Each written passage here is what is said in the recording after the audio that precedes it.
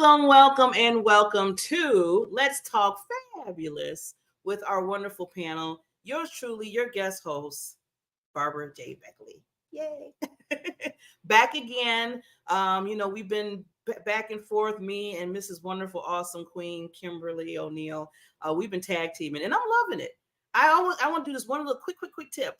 Always get together with a community because you can grow so much more. And I know I've been growing with this community, and I have to thank our queen, Tamara L. Hunter, who has gave us this opportunity. So with that said, we are ready for another panel today. And I'm loving the subject today because, let's say it's celebrating what? Labor Day weekend, right? So with Labor Day weekend, we decided to do Let's Talk Fab when it comes to giving advice on career goals and mentorship. Always be open for that. So what we're going to do, and I want to make sure that everybody has their pen and paper ready, get ready to write down some notes because it's going to be amazing and you're going to want these notes. So with that said, let's talk.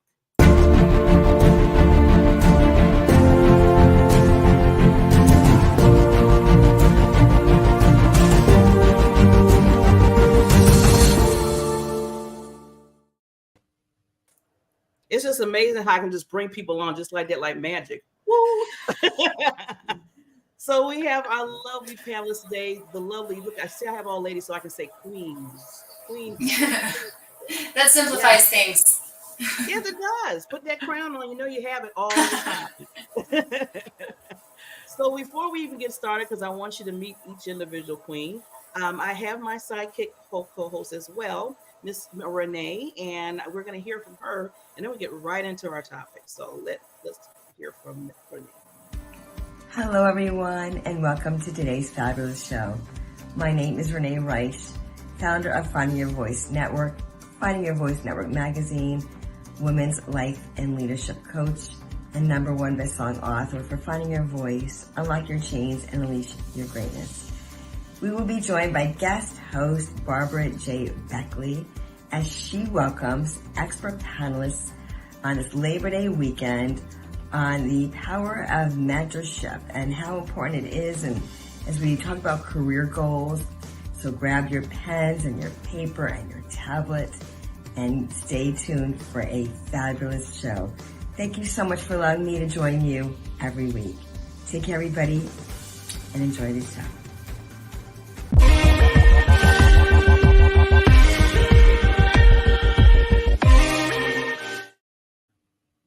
Okay, as she said, I have my pad with my paper in it. I got my pen, and I'm ready. I know I'm co-hosting, but this is the panelist. I'm going to do like everybody else there. I'm going to be taking notes as well. So before I want to get started, we want to meet our panelists because they're all just sitting here looking all beautiful, and they're like, okay, who are these wonderful ladies? Who are these queens, right? So we're going to start from the top to bottom. I'm going to bring in Miss Kim, and then we'll go from there. Well, hello. Thank you, Barbara, for having me. And hello to everyone with us today. I'm in Southern California. My name is Kim O'Neill, and I have plenty to share as we move on. So I'll just end it there for now. Thanks for having me. Yes. Hello, everyone. I'm excited to be here. I'm Dr. Karen Hills Pruden, coming to you from Virginia Beach, Virginia. And so I am excited to be here. And Mrs. Jodie. Hi. Well, I'm joining you from beautiful Utah, and I'm really wishing that I were joining you from Southern California or Virginia Beach because I love the ocean. But I am really happy to be here. My background is pretty diverse, and I'll get into some of that in just a little bit. Yeah. Well, Jodie, don't feel bad because I'm from Kenosha, Wisconsin, and that's, I would rather be in Utah right now. The weather is beautiful. I have to say that. It's beautiful right now. Well, I can't complain because we are getting a heat wave, and it's going to be like 99 degrees in Wisconsin. Can you believe that? If people don't understand global warming, I don't know what they're talking about. I was like, This is crazy. Yes, crazy, especially in September. So now that we know where everybody's from and look at these wonderful faces, I just want to get, Tamara was like, wow, I know it is a big wow. I want to get right into our topic, ladies. Now, each and every one of you has the expertise. You're the gurus in this when you're helping people out when it comes to career. You've been in the HR realm and everything like that. So that's why I want to kind of start off with, because sometimes people forget that it's forever learning. It's forever learning, especially when you're looking for jobs, or if you're in a job, you're trying to figure out what career you want to get into. You want to take a gap year like some college people do. It's the whole thing. But if you're doing all that, you need to have that mentorship. So the first question I want to put out there for everybody is, how important is mentorship in achieving long-term, short-term, and long-term career goals? And what are some of the qualities that a person should look for when they're looking for that mentor when it comes to their career? So I'm just going to just let anybody take that away, and we're going to go from there. I'll share. I have a couple initial thoughts. Those are great questions, Barbara. I think when someone's looking for a mentor, you want to look for someone who you already have a good feeling about them, like someone who you can tell has your best interest at heart, someone who's open to sharing with you and wants to see you succeed. Those are the first things I would say to look for. And on the flip side of it, why it's valuable to have a mentor. I just had a prime example just a few days ago. One of the things that my experience in HR eventually led to was helping people prepare for job interviews. And so I recently had an interview coaching client, and we were talking, and I was sharing with her all these things that I was seeing. And a couple of times she said, oh, she goes, I know that. Like, I was telling her things that she already knew, but she wasn't able to see it in a new way.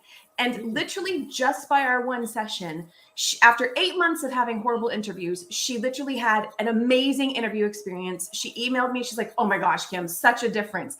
And so it can be something that seems very, very simple and to some degree obvious. And yet when you work with someone else, have someone guide you, whole new world can open up, because you can just shift and glide right into that thing you already know. So that's what comes to mind. I love that, Yeah, Kim. I want to share something know? along that. Okay. Go, Jodie. Something that I have seen. So my background is, like I said, it's pretty diverse, but one of the things that I did about 2 decades ago into like 15 years ago was helping people in a nonprofit setting to learn these job interview skills. And a lot of times what we would do was mock interviews, and we would record them. And for a lot of people, it was very uncomfortable at first. Like anything that is a mock anything just feels a little bit uncomfortable. But then you see that you're so much more prepared when you get into the real life situation. And the thing that was most interesting was that as much as I would share, I think that we would benefit from changing this little thing. When they would watch the video, that made so much more of a difference for them, because they were able to see, oh, this is embarrassing. I have this nervous habit. The first thing that I noticed the first time I did it was that I say, all the time. And nobody had ever pointed it out to me, but when I saw myself doing it, it now became front and center, in my focus. And I just said it right there. And I would it if I did not have that video interview. Yes, Jodie. I mean, I used to hate that at the beginning, but now I really cherish having those, seeing myself, because like you said, well, they said pictures don't lie, videos don't lie either. So when you're on there talking, you get to see every little thing that's going on with you. So yeah. It does help. And it does help. Dr. Karen, you want to add? Absolutely. So one of the advantages of having a mentor is that a mentor can save you time, money, or in additional jobs. And what do I mean by that? I mean that a lot of times, generally, your mentor has expertise, or maybe even have walked the walk or worked the position that you aspire to get to. And so I work with mostly female middle managers seeking senior leadership. And so one of the two things that we talk about is that management is not a synonym for leadership. And if you don't have a mentor who can tell you that there's a difference between the two, because managers are concerned about day-to-day activities, and leaders, as leaders in the C-suite, we're already looking 2, 3, 4 years down the road. And so if you get a mentor can tell you exactly what it is that you should be focusing on for whatever that next level position is. And when I talk to individuals who are inspiring about the next level, we talk about what is your ideal next level position? What are the qualifications for that next level position? And I even have them drill down and ask what company, because we know a director for a mom and pop organization is doing different tasks and responsibilities than a director for a Fortune 500. And so getting a mentor can help just pull in and save you time, money, and jobs. Sometimes people think they need to get another job to beef up their resume, when really all they need to know how to do is articulate their successes using technology and analytics in the interview process. So save you time, money, and maybe additional jobs. Ooh, I love that, Dr. Ken. I love how you said that, you have the goods. Sometimes you have all the goods, but you just have to learn how to, articulate it to people and put it out where, it's people see, oh, you do have that, instead of saying, oh, I got to get 3 or 4 or 5 more jobs to prove my skills. Anybody else want to add to that? I'll just kind of reiterate some of that about what a difference that makes in a person's confidence is when you have that other person to really highlight for you, like you are really good at these things. These are strengths. These are valuable. It makes it easier to start to own them. And that makes all the difference of then how you're going to be perceived for that next position, for whatever you're applying for. So yeah, that degree of confidence of really owning what it is that you bring to the table makes a huge difference.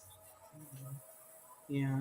And I also say people forget too that, your skills are, those transferable skills that people sometimes forget. You learning from one thing. I've been in insurance for a long time, but the same skills I'm getting where I'm working in the insurance industry for over 30 something years, telling my age, that I'm transferring that over to my business that I have right now that I do on the flip side of it. So as far as the counseling and troubleshooting and the customer service and just talking to individuals, being able to talk to clients, all those transferable skills everywhere else. And I tell people, always remember that when you're putting your career goals and stuff together. Yeah, can I add to that? Yeah. For the past 13 years, I've been staying at home with my children. And so it's funny because when I was teaching people interviewing skills and career goal skills, I was early on in my career and I felt like I had the world ahead of me. And many people who came in ended up being in the situation where I am now, where they were trying to articulate the skills that they brought to the table from staying at home with children. And it's interesting now to be in this position because I was full of confidence for them back then. And now I understand more deeply what it feels like to have to try and articulate how those skills that I've learned as a stay-at-home parent translate into the industry. And I know that it can be difficult, but it is possible. It's just a matter of, like you were saying, just gaining confidence and maybe having somebody point that out to you, that you do have those skills, but then also knowing some formulas that will help you to present those skills in a way that is not only believable, but then also is going to help the employer to say, wow, tell me more about that. Yes. Go ahead, Doctor. I just want to kind of touch a little on a base a little bit about, I've heard the word skills. And so as I am working with my managers who want to be leaders, I am interested in their skills. And when I say that, I'm talking about when I ask you, what do? Do not tell me your job title or titles that you had. And so after they tell me what their title is, I say, what problem do you solve? And to drill down on that, what are you a specialist in? Because a generalist understands how everything works together, but a specialist saves the day. And so what I mean by that is that when your company is in trouble or when your department is in trouble, they're looking for people who specialize in a particular skill set. My specialties are analytics and technology. And so I was actually hired by my current employer because they were interested in bringing on all new systems and everything. And so they needed someone who specialized in that. And so you have to have a specialty in addition to understanding how everything generally works together. And so although skills are transferable, you need to have a specialty if you want to move from management to leadership. And that is one of the things that will set you apart, because companies will come looking for you and you don't have to look for a job when they know your specialty. And another question that I ask is, what do people think about when you walk into the room? Whatever it is, that is what you are known for, and that is part of your professional brand. And so your skills should translate into your professional brand. Your professional brand should translate into what people know you for in the marketplace. Ooh, that was good. Ooh, that was good. Yes. I love those questions. Anybody can give you a title. Well, my title is this. Well, no, why do you do what you do? And I always ask the same question. Anybody want to relate on that too? I see Kim. Well, it wasn't, thank you, Barbara. Yeah. Okay. It wasn't that particular point that was bringing something up for me. So I'm just going to go back just a little bit. She was talking about, Dr. Karen, you said something about leadership and, really highlighting the skills and growing your skill set. Yeah, that's what it was. Growing your skill set so that you specialize in something. Mm-hmm. And I can hear some people out there probably thinking, but how do I do that? Like, I don't have the means to go back to school, or, there aren't certain ready-made opportunities at my current workplace. And here's what I want to say. This is how you do it. You keep your eyes open and you look for opportunities to where things can be improved upon within your workplace. You start sharing your ideas with your boss or whoever is in your sphere of communication. You start sharing those ideas more so that they can go, oh yeah, she's right. She has a point. Let's look into that. Something that happened for me years ago is I was working in an administrative role within a department.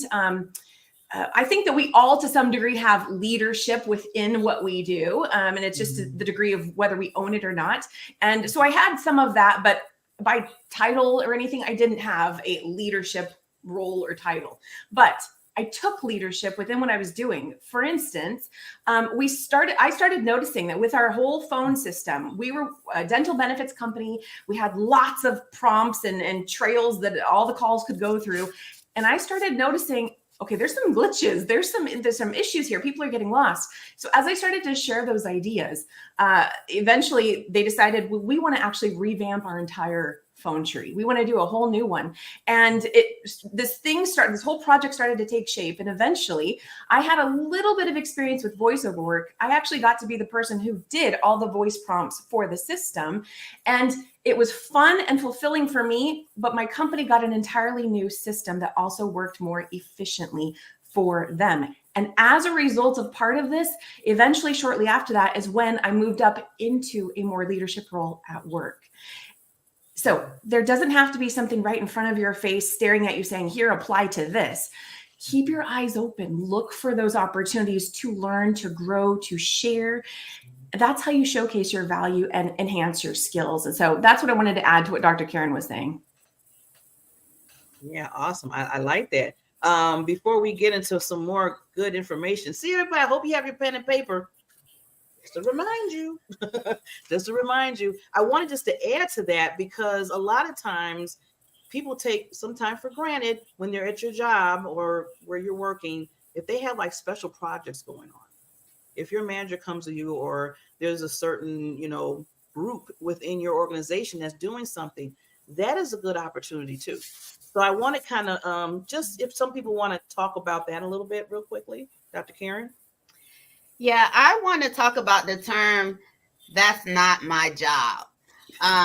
Because a lot of additional assignments, committees are assigned, and people will say, that's not my job. However, I do not allow my coaching clients to even think down that line, because that is the opportunity for people to see what it is that you have to offer. That is generally that is the opportunity. Working on these groups and these committees and taking these additional assignments is where you get to hobnob and interact with people outside of your department, sometimes outside of up the chain, as well as down the chain. And we'll talk about up the chain and down the chain. Hopefully we'll get to that, because leaders, you are the most vulnerable position in a company is in the C-suite, where I reside, because our success depends on everybody working up under us.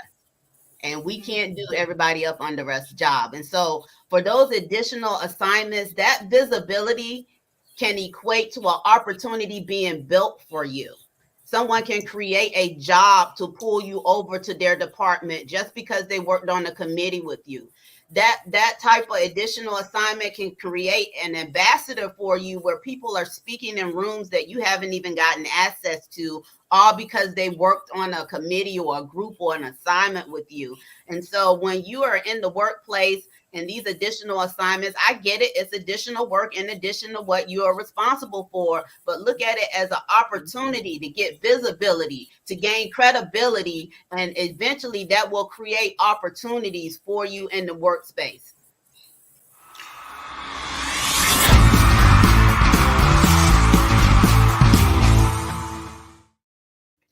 Oh, that was cute. That was a mic drop. Love it. I like when you first start off by saying, let's talk about that's not my job. I hear that all the time.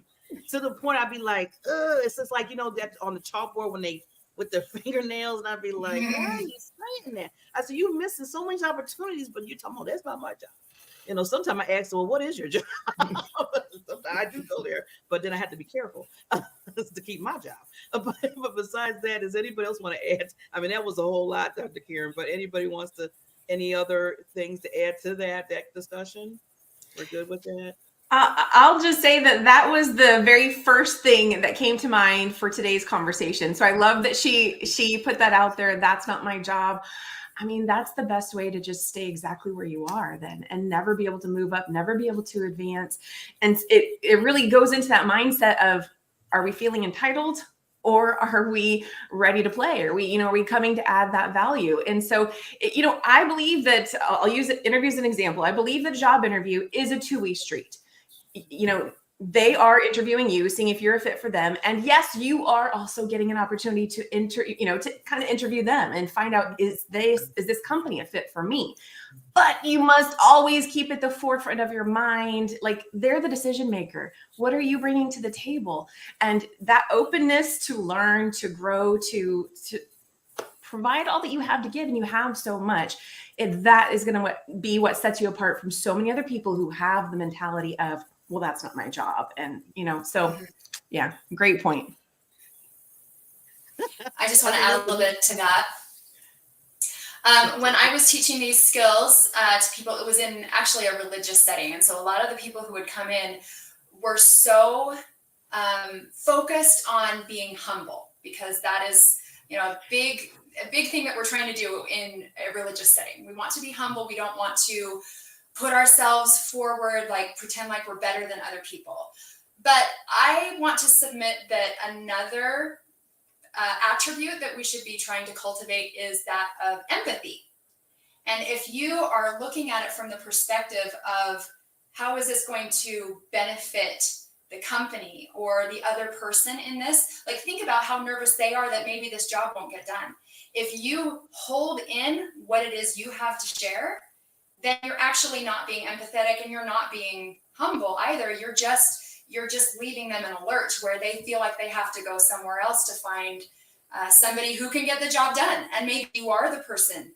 And I think it's important to remember that humility is an important attribute, but also empathy is a huge, huge thing here. I love that. I'd like to add to that. one thing I say to my interview coaching clients is you have to keep in mind those interviewers are people just like you, and they want to fill that position. They're like so eager to find their right person so they can finally make the offer, finally fill the spot and move on, right? A lot of people don't like to do interviews. I'm one of the rare few that does. But you got to keep that in mind. They are people just like you. And at some point, they're going to have to make a decision. So I completely agree, Jodie. I've seen so many people with, they don't want to highlight their skills and talents or showcase what they do because they don't want to be seen as bragging or being conceited. And it's not about that whatsoever. If you don't show them what you have to offer, don't expect or assume that they're just automatically going to see it. That's not going to know. Exactly. They're not going to know. Don't even assume that they've read your resume. Now, I'm not advocating for repeating all of your resume. That's not what I'm saying either. But you don't make assumptions. Like, you want to know who you are, own your skills and your talents and what you bring, right. and, prepare and to deliver and really showcase that to them in the allotted amount of time you have with them, because you don't have all day to make sure that they understand who you are and what you have to offer. So I could go on and on. Okay, Kim, you triggered me now. You have triggered me when you said that people don't want to communicate their skills because they don't want to come across as bragging. And since I am specifically not only a leadership coach, a C-suite leadership coach, I am a female C-suite leadership coach. And generally, the people who are concerned about that are of our gender. I can say our gender because we're all females here at this time. Don't really see that a lot in male candidates. Male candidates have no problem with telling you what they did in kindergarten all the way up to yesterday. But women feel like that our area of expertise is some silent superpower. Your area of expertise is not a silent superpower, and it seems to be something that's associated with our gender. And so I encourage women, managers, and leaders to, like you said, don't feel as though it is bragging. Feel as though it is a way of exposing individuals to that part of your background that otherwise they would not know. They would not know what type of manager or leader you are unless you told them the type of problems that you solve and sprinkle it with a little technology and analytics just because you can speak their language, but not because you are articulating this to brag. Just they wouldn't know unless you tell them, and you cannot put everything in a resume and you cannot put everything in a dossier. But generally, that is something that is associated with our gender. And that's why I was triggered. Excellent point. I agree. It's all women that I've seen that with. So yes, completely. And it's not about that. And I do think this is why having a mentor is so helpful. A mentor can help you, find that place within yourself where you can own your skills and your talents, experience all of it, and find a way to communicate that in a way that is simply confident, but not in that space where you're feeling like you're, right? All those words we just used, bragging, conceited, whatever it might be. You can be humble and still be your amazing, awesome, authentic self. I truly believe that. I love it. Love it. Yeah. Jodie, did you want to add?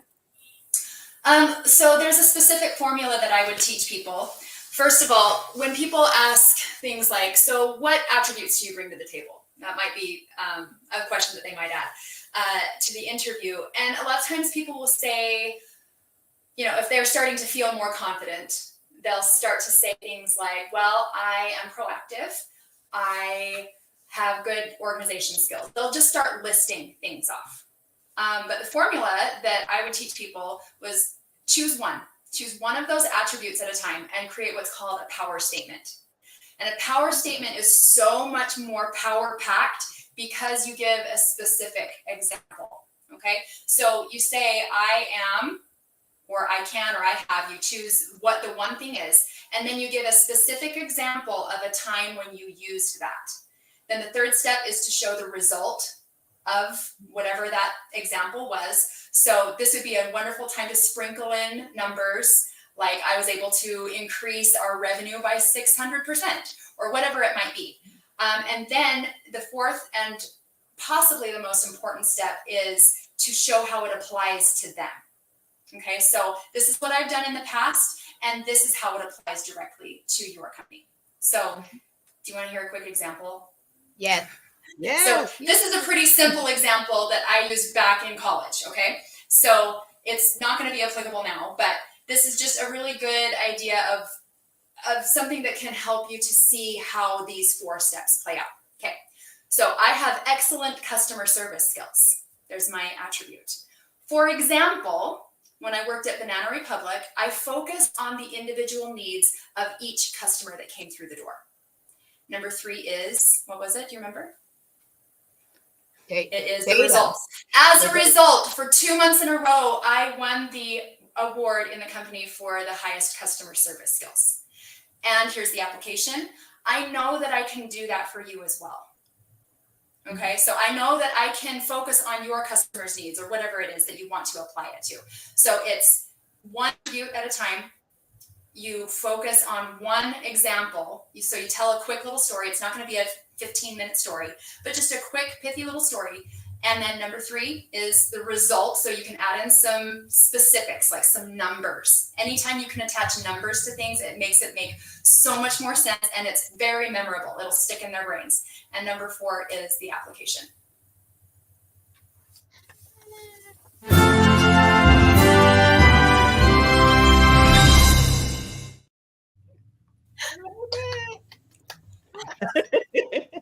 You got a star.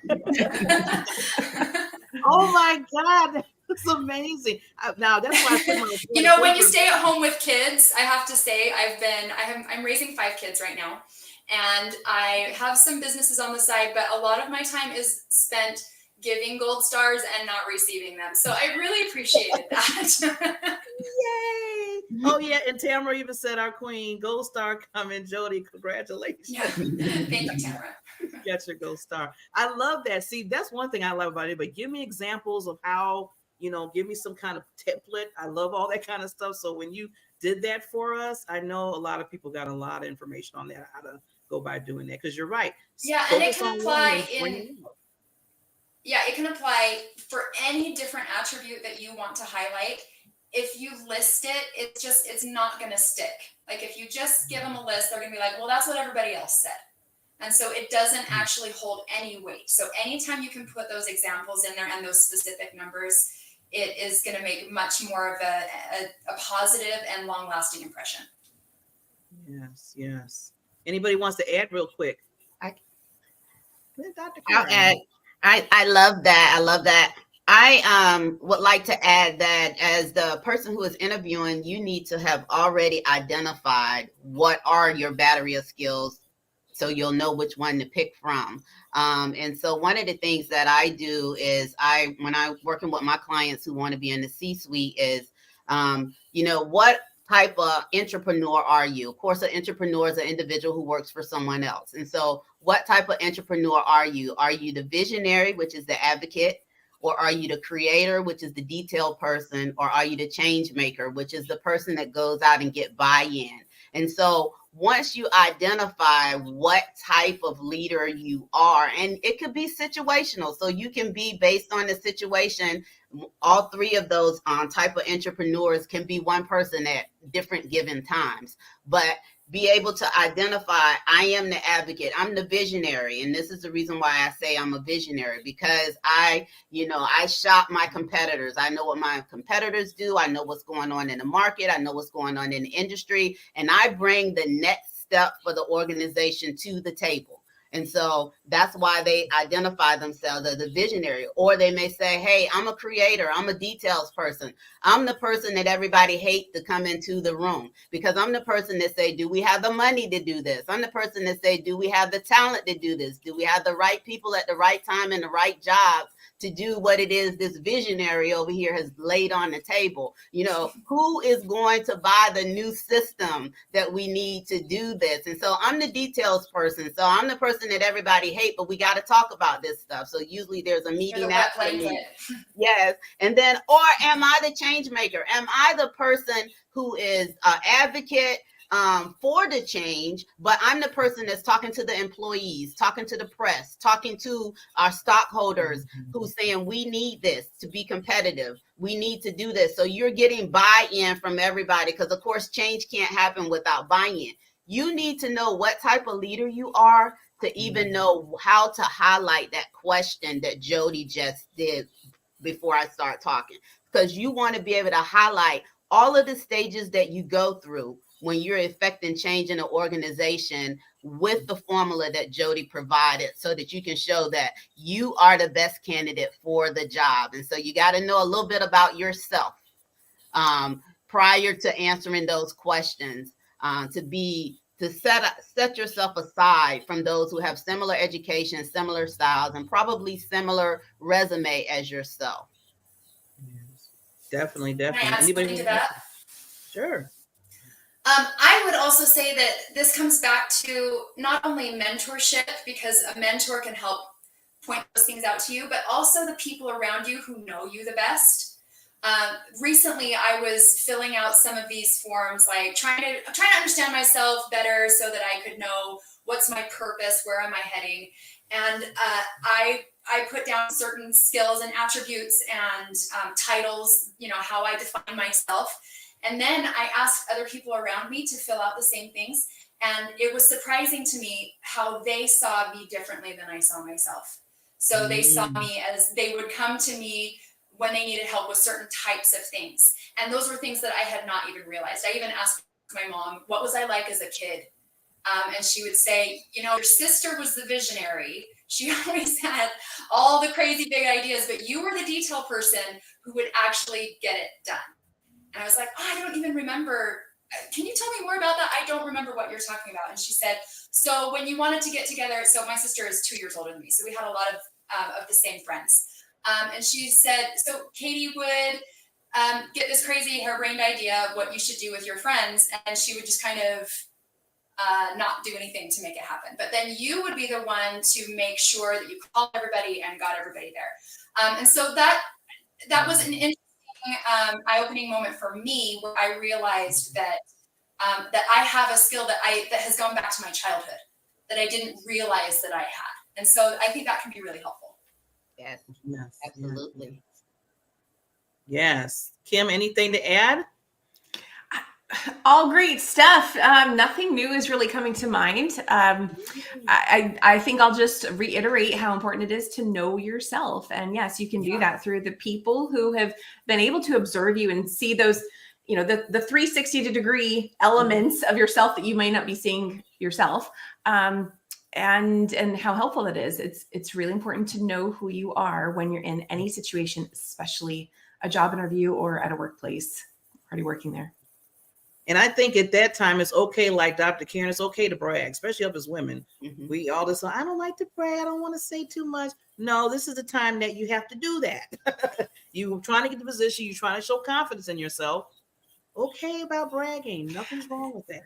Okay, I'll say something to that. I completely agree with that. And I know some people even have an issue with using that word. To me, if you are telling if you're in an interview or whatever, you're talking to someone, sharing about yourself with them, you're sharing facts. You're not bragging. It's not like you're trying to boost something up, make it be better than it really is.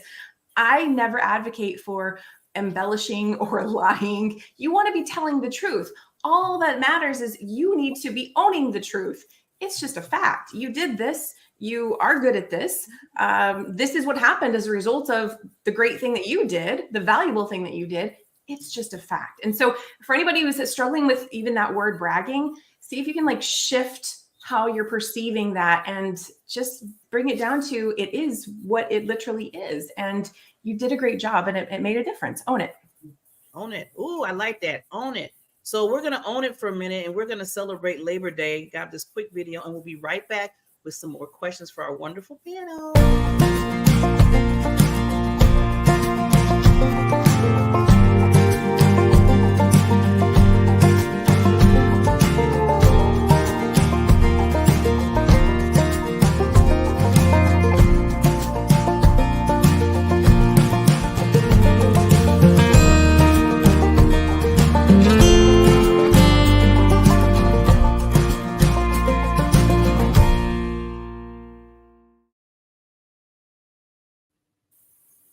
Yes, and we're back. So you're just chiming in right now. You are at Let's Talk Fabulous with our expert advice on career goals and mentorship. And we talked a lot about mentorship, how to pick a mentor, look at some characteristics of a mentor. We got a lot of leadership stuff. You're looking for leadership. We got management, all that good stuff.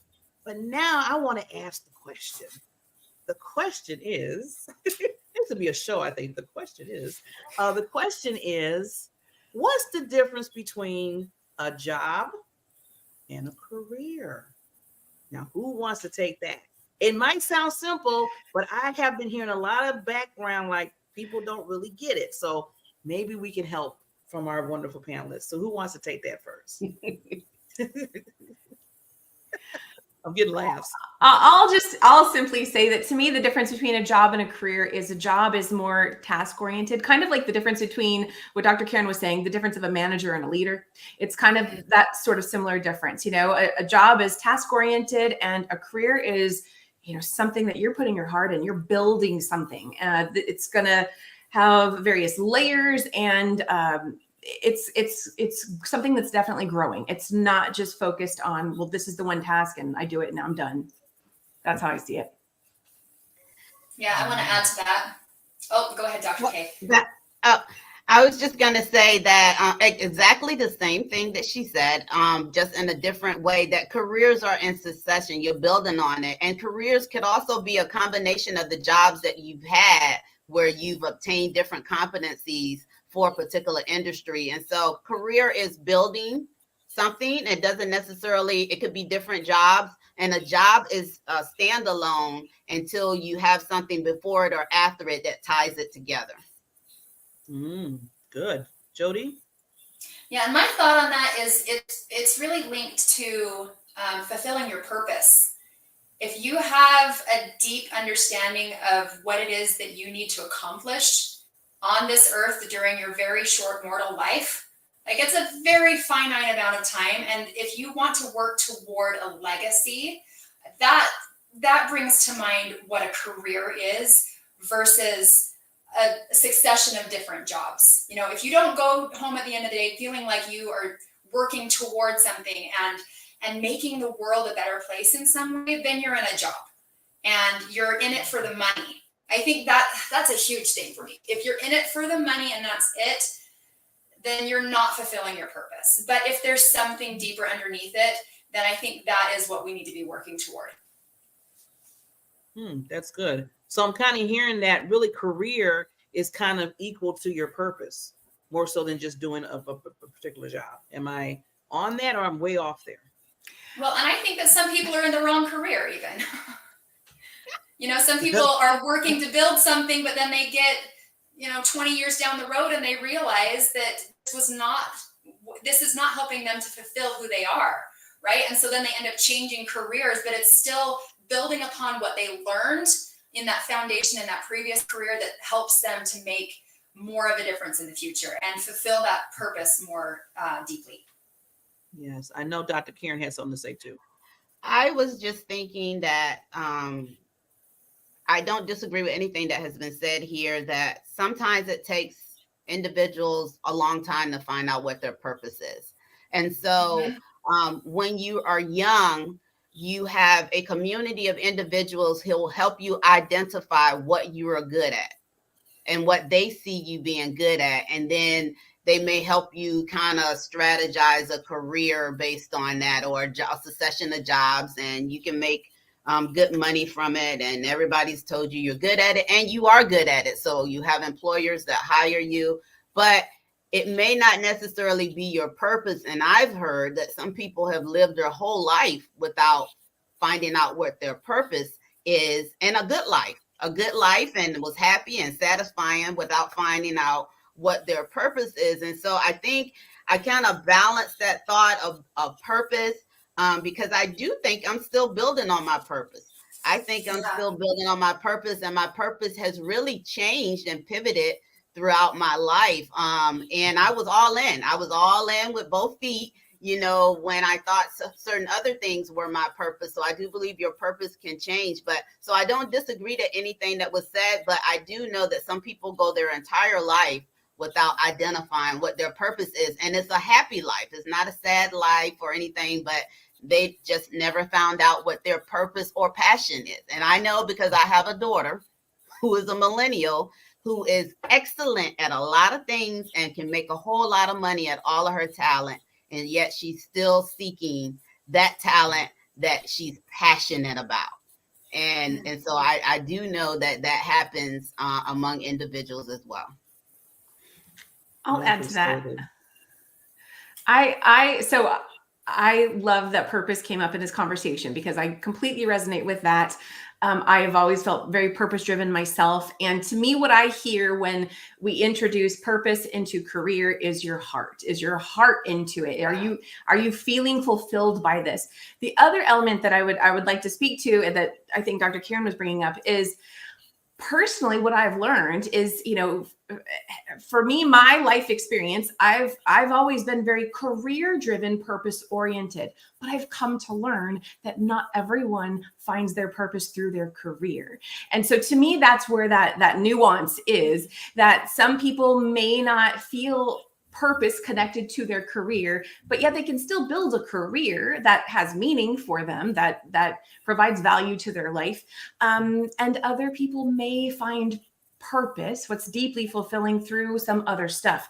Where I would say to meet in the middle is to make sure that whatever your career is, whether or not you feel that it fulfills your purpose, whatever your career is, know that you have every right to do something that you enjoy doing. Because if you're not enjoying it, you're decreasing the fulfillment that you will have in your day-to-day life. We spend 33% of our life working. And so, right?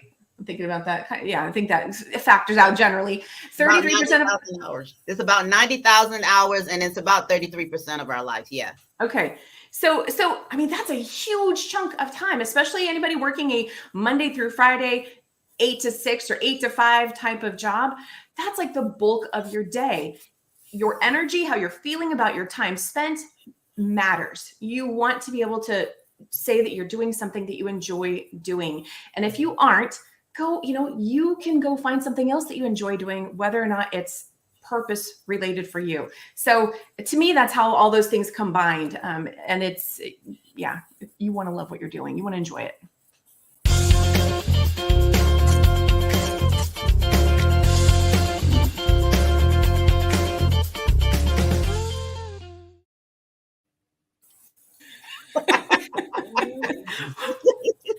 Fabulous. Fabulous. There you go, Dr. Karen. Love it, love it, love it. This is wonderful. So any other comments regarding, because I know I have a lot of people ask me about what's the difference between a job and a career. And I was like, wow. And then when I got some feedback back, I'm like, ooh, I don't think they know.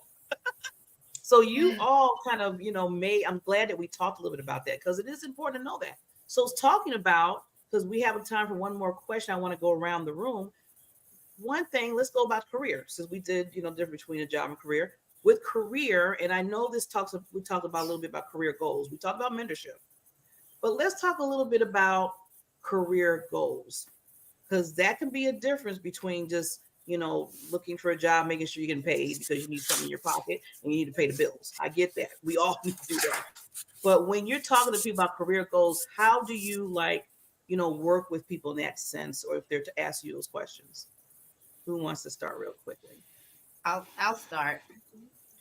When I am talking to individuals, I find out what they like to do, and what they enjoy doing, as well as what have they done up to this point that they enjoy doing. And then we also talk about what they have not enjoyed doing, because many times people don't have the full battery of jobs that are available in any particular industry. They only really see the high visibility jobs of a particular industry, and they don't even know about some of the behind the scenes jobs that they may very well enjoy and can sustain a family from as well. And so figure out what it is that they like to do, they have done up to this point, they have do not like to do, and they've already identified don't want to do that. And then we talk about jobs in a particular industry that meet those skills that they say that they enjoy doing. And then we just talk about what the next level is for them and see if they're currently working in that industry. And if they're not working in that industry, can they move to that industry,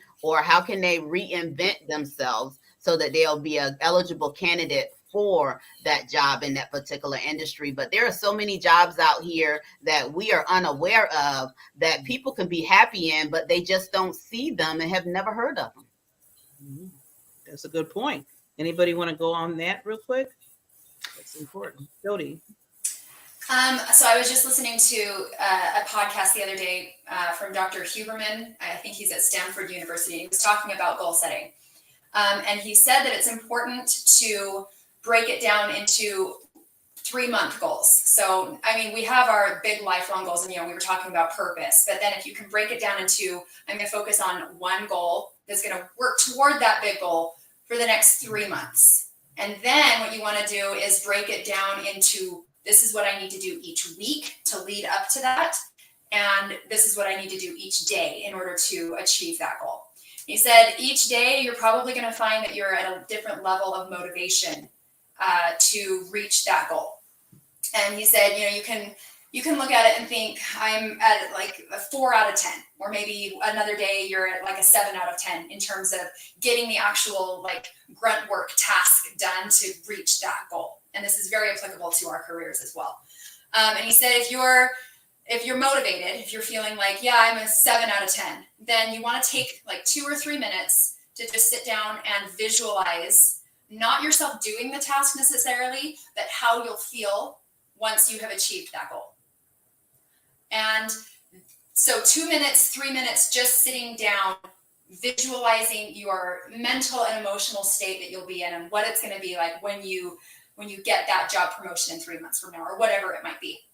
And he said, if you're less than 5 out of 10, maybe a 2 or 3 out of 10, he actually has found that the research has shown that you are more motivated by visualizing the negative. Like, if I don't achieve this goal, this is how I will feel. It'll feel really crappy. And so for some reason, that's how the science works out. If you're unmotivated, tell yourself this is going to be a pretty bad outcome if I don't do this. But if you are motivated, you'll get more done if you visualize the positive. So it's interesting, bringing it back to the 3-month goal and the 1 week and the everyday goal. You have to have baby steps working up to the big things. So the way I like to visualize it is, when I would teach these classes, I would always write this up on the whiteboard, like a stair going up. Here's your ultimate goal up here. You want this. It's like beautiful. It's got like blazing lights all around it. And then you have some intermediate steps. And these intermediate steps would probably be like your 3-month goals, right?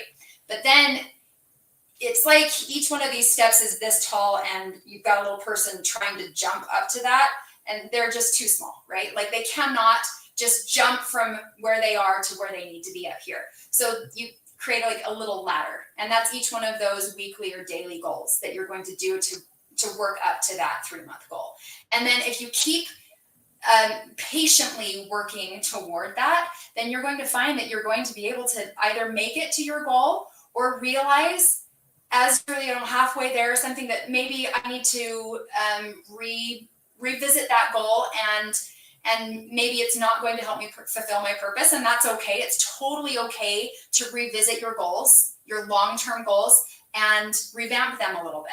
And it's very helpful to look at it in those different segments. And I think that, Dr. Huberman, like, if anytime you can listen to his podcast, you're going to get all the neuroscience behind all the good stuff that we're talking about. Awesome. I love all these examples. So with that, I got to see if I can play my 30-second game. So 30 seconds has to be on there. 30 seconds. Each person, I'm going to go Dr. Karen. I'm going to keep moving you in. Any last thoughts for the audience? Just be strategic and intentional in everything you do, whether it's seeking out a mentor, looking at your next job.